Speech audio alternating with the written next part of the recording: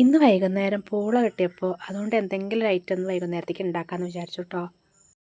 അങ്ങനെ പൂള നല്ലപോലെ ഒന്ന് കഴുകി വൃത്തിയാക്കി കൊത്തി അരിഞ്ഞത് കുക്കറിലിട്ട് ഉപ്പ് ഇട്ടിട്ട് കുറച്ച് വെള്ളം ഒഴിച്ച് വേവിച്ചെടുത്തു കേട്ടോ.